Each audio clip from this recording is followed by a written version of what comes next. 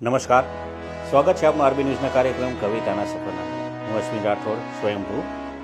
આજની મારી રચના નજર ઉપર છે, જેનું શીર્ષક છે દ્રષ્ટિનો દોર. આપની સમક્ષ રજૂ કરું છું. આશા રાખું છું આ કાવ્ય તમને ગમશે. નજર એક છે પણ એના પરિણામ છે બે પાર.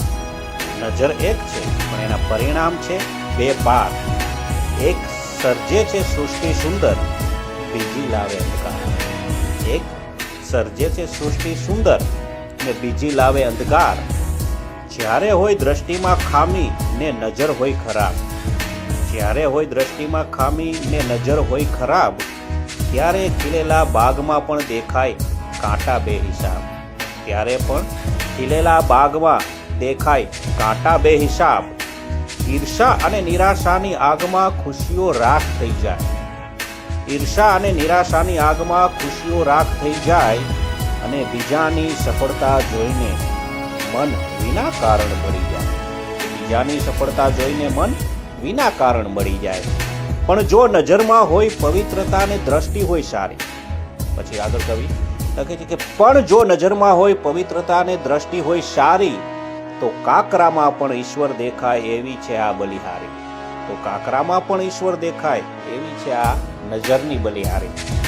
કરુણા અને પ્રેમના ભાવથી સૌના હૃદય જીતી જવાય. કરુણા અને પ્રેમના ભાવથી સૌના હૃદય જીતી જવાય. મુશ્કેલીના મોટા પહાડ પણ આસાનીથી પાર થઈ જાય. કે કરુણા અને પ્રેમ જો તમારા અંદર હોય ને, તો ગમે એવા મુશ્કેલ પહાડ હોય ને, એ આસાનીથી પાર થઈ જાય. એટલે જ તો કહેવાય છે કે આ દુનિયા નથી ખરાબ કે સારી. એટલે જ તો કહેવાય છે કે આ દુનિયા નથી ખરાબ કે સારી, આપણી દ્રષ્ટિના દર્પણમાં જ છે પૂરી ખામી. કે આપણી દ્રષ્ટિના દર્પણમાં જ છે પૂરી ખામી. જેથી આપણને બધું એવું દેખાય છે કે બદલવો હોય જો સંસાર તો બસ બદલો ખૂણો નજરનો. કે બદલવો હોય જો સંસાર તમારે તો બસ બદલો ખૂણો નજરનો. હકારાત્મક દ્રષ્ટિ રાખશો તો પાર થશે સાગર આપવાનો. તમારી નજર પોઝિટિવ રાખો, જેનાથી ગમે એવો સાગર હોય પણ એ પાર થઈ જશે. કે હકારાત્મક દ્રષ્ટિ રાખશો તો પાર થશે સાગર આ ભવનો. તમારી સારી નજર જ તમારા ભીતર અંજવાળું ભરશે. કે તમારી સારી નજર જ તમારા ભીતર અંજવાળું ભરશે.